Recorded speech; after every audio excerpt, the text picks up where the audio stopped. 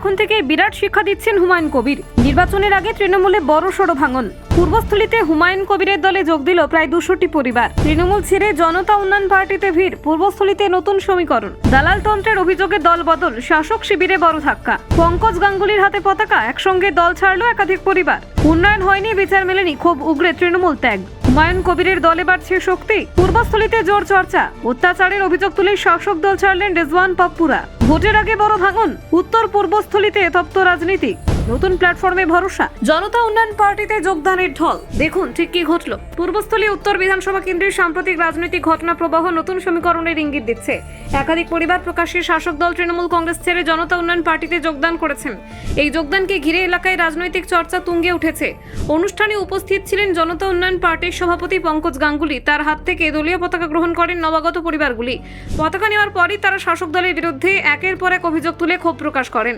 নবাগতদের বক্তব্য, এলাকায় প্রত্যাশিত উন্নয়ন হয়নি। সরকারি প্রকল্পের সুবিধা সাধারণ মানুষের কাছে সমানভাবে পৌঁছায় না বলে অভিযোগ করেন তারা।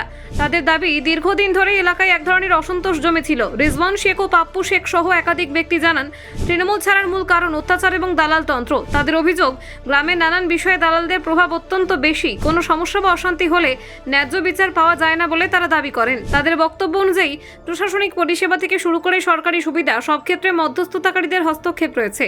ফলে সাধারণ মানুষ নিজেদের বঞ্চিত মনে করছেন। এই পরিস্থিতিতে বিকল্প রাজনৈতিক প্ল্যাটফর্ম খোঁজার প্রবণতা বেড়েছে। জনতা উন্নয়ন পার্টির এক নেতা বলেন, দীর্ঘদিন ধরে মানুষ শোষিত এবং লাঞ্ছিত বোধ করছিলেন। শাসক দলের কিছু নেতার আচরণ মানুষের মধ্যে ক্ষোভের জন্ম দিয়েছে। সেই জমে থাকা ক্ষোভই এখন দলবদলের মাধ্যমে প্রকাশ পাচ্ছে বলে তার মত।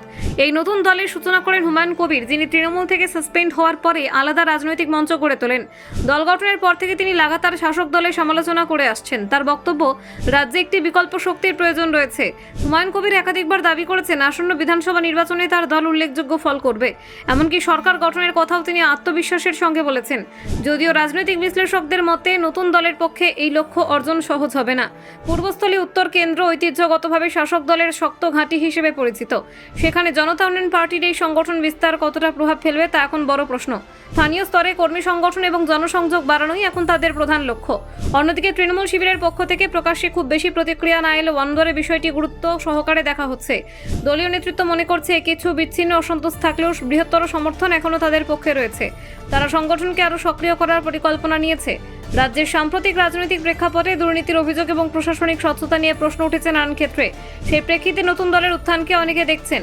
অসন্তুষ্ট ভোটারদের আকৃষ্ট করাই জনতা উন্নয়ন পার্টির কৌশল বলে মনে করা হচ্ছে। তবে রাজনৈতিক বাস্তবতা হলো, ভোটের ফলাফলই শেষ কথা বলবে। নতুন দল কতটা সংগঠিতভাবে লড়াই করতে পারে এবং কতটা জনসমর্থন আদায় করতে সক্ষম হয়, সেটাই নির্ধারণ করবে তাদের ভবিষ্যৎ। Bureau report, news prime Times.